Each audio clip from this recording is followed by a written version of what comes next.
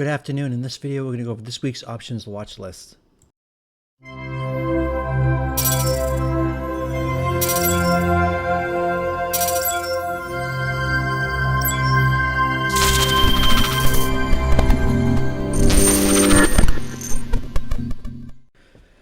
Before I get into the watch list, if you're not in the room, you can find the link in the description of the video and in my bio section social media accounts. Also, like the video and please subscribe to the channel if you haven't done so already.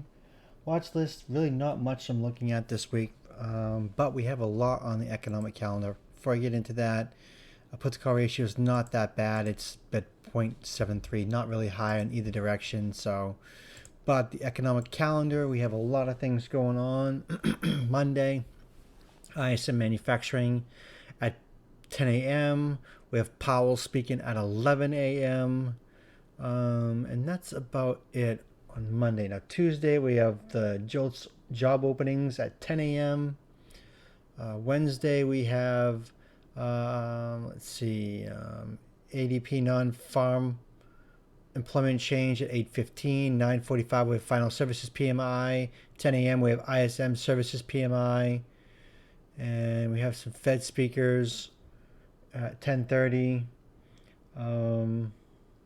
Thursday, unemployment claims,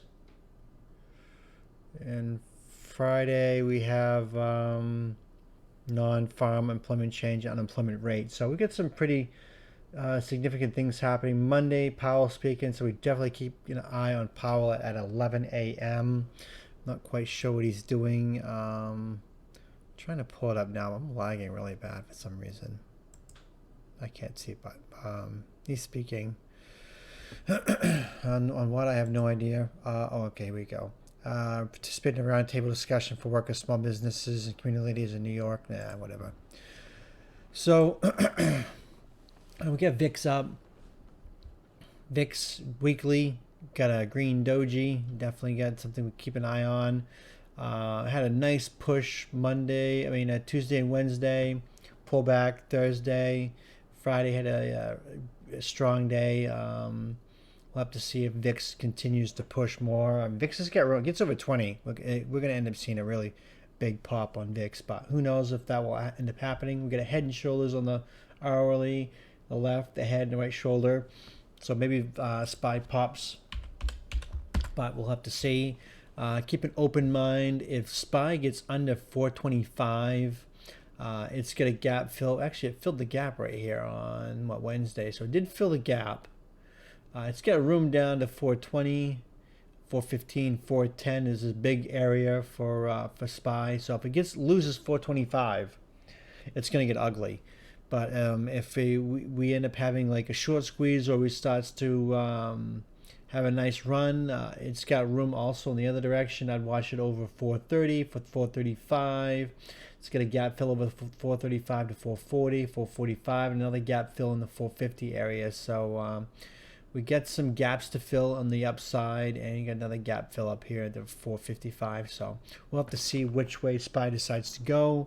Right now it's in a downtrend, but we're going to be looking at it at both sides. But the thing I want to point out too, it bounced and got bought underneath the RCT trend line on the weekly. So maybe that's something to keep an eye on too, that we might actually get a good bounce this week. So, but like I said, we'll keep an open mind and look at it from both directions. We have no idea which way it's going to go and stuff like that. So keep an open mind on that. Now BA is something I'd be keeping a watch on. Look at the daily. The daily is just straight up slaughter fest. RCT trend line is down here at the 187 area. It's at 191. It can definitely go a little lower, but I mean, look at the RSI. It's below 20 on the daily. It's got a bullish divergence going on. I mean, technically I had one right here, and it just basically reset RSI to go lower. But yeah, it's been diverging for a long time on the hourly. So I think that eventually it's going to end up having a nice strong short squeeze at some point, but we'll have to see if it'll be this week or not. I mean, it's got room to run down more to 185 180 area.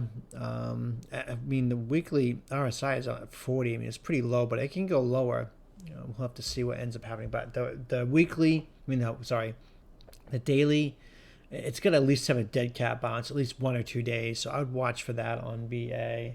Netflix has got earnings coming up, so we'll have to see if it will end up having a earnings run up. Now, it did bounce after it filled the gap a little bit, tried to bounce here, made a new low, flushed out the people probably buying the dip and loading up with calls, taking out stops. So I'm kind of looking at this from the point of view that it could have a nice bounce going into earnings. And you can see on the weekly at 370, it's got a strong weekly support right here, right in the 370 area. So definitely keep an eye on that for bounce. It did bounce. The question is, will it have more follow through? So I would watch it over the 382, 384 area for push to 390, 400, 405, 410. So Netflix likes to run into earnings. Earnings is coming up soon, so in the next few weeks. So have to keep an eye on that. Now the next one. Let's see, Tesla. I was just looking at my camera. Something triggered my camera outside. I was wondering what it was. Looks like a bug. Yeah, a bug. Let's see. Tesla is bouncing right off the weekly RSCT trend line right here. Starting to look pretty good. It had came to the bottom of the Keltner channel, bounced off that, which is in line with the RSCT trend line and the 20 EMA on the weekly. So it definitely looks pretty good inside up right here. Well, not really inside candle, but it's an up right here. So rejected 20 EMA on the daily. Now, if it gets any more momentum and gets over this 253 area, rounding up, I got a gap fill right here above 260, 265, 270, 275, 280. So it's got room to run to 280 if it can get over this 253 area right here, or even 254, depending on how you want to look at it. So, but if it does manage to bounce and it does end up getting weak for some reason, I would watch it underneath 240.